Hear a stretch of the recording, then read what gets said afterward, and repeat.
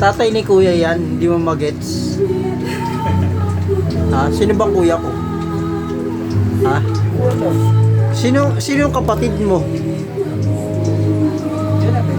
Oh, sinong kuya mo? Oh, tatay ni kuya yan. Ano ba ibig sabihin ko? Sige, laliman mo. Papaisip siya. Ano mo ibig sabihin yan? Natatawa ka? Oh, di mo rin matiwa magets. Tawa ka lang tao pero di mo rin magets. Sabi ko, malalim yun. Diba? Narinig ko ba? Tanong. Ha? Narinig ko ba? Pero hindi mo narinig, sinabi ko na nga. Oh, tatay ni kuya yan. Oh, ano mo ibig sabihin? Oh. Kaya alam ko yun. Ano yun? Ano nga ano? Ano? Sagot! Tatay ni kuya, di magets si JR. Ha? Tata. Oh. Ano yung sinabi ko? Oh. Tatay ni kuya yung? Ha? Ano? Kanta daw.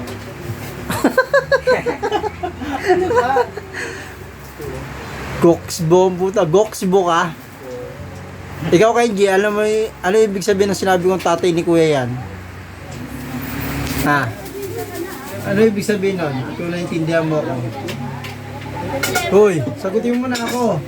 Ano? Hindi ko alam. Hindi rin alam. May nasa logic to mga to. Logic na nga lang sinasabi ko eh. Ano, JR? Ano sabi ko? Tatay ni kuya yan. Ano ibig sabihin nun? Ha? Ha? Di nyo ma-gets? Tagal naman sumagot.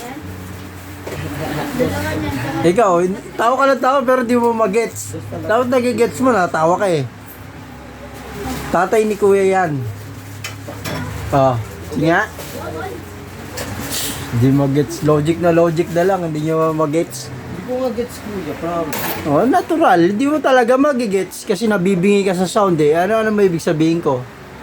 Tatay ni kuya. Oh, ano ibig sabihin nun?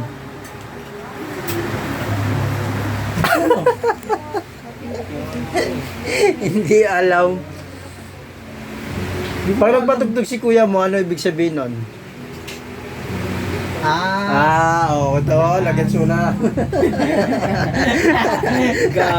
Tawa ka, no? Tatawa ka sa pinagagawa mo, kain na ka. Ano? Di nyo na-gets, si Kenji, di rin na-gets eh. Hindi ko rin na-gets eh. Tatay ni kuya yan, sinabi ko na nga ba eh. O, diba, mag-ama sila. gusto ano eh. Gusto kapitbahay kasama sa ano eh. Makikijam sa kanta niya, diba? Jamming tayo. Ayos, di magets.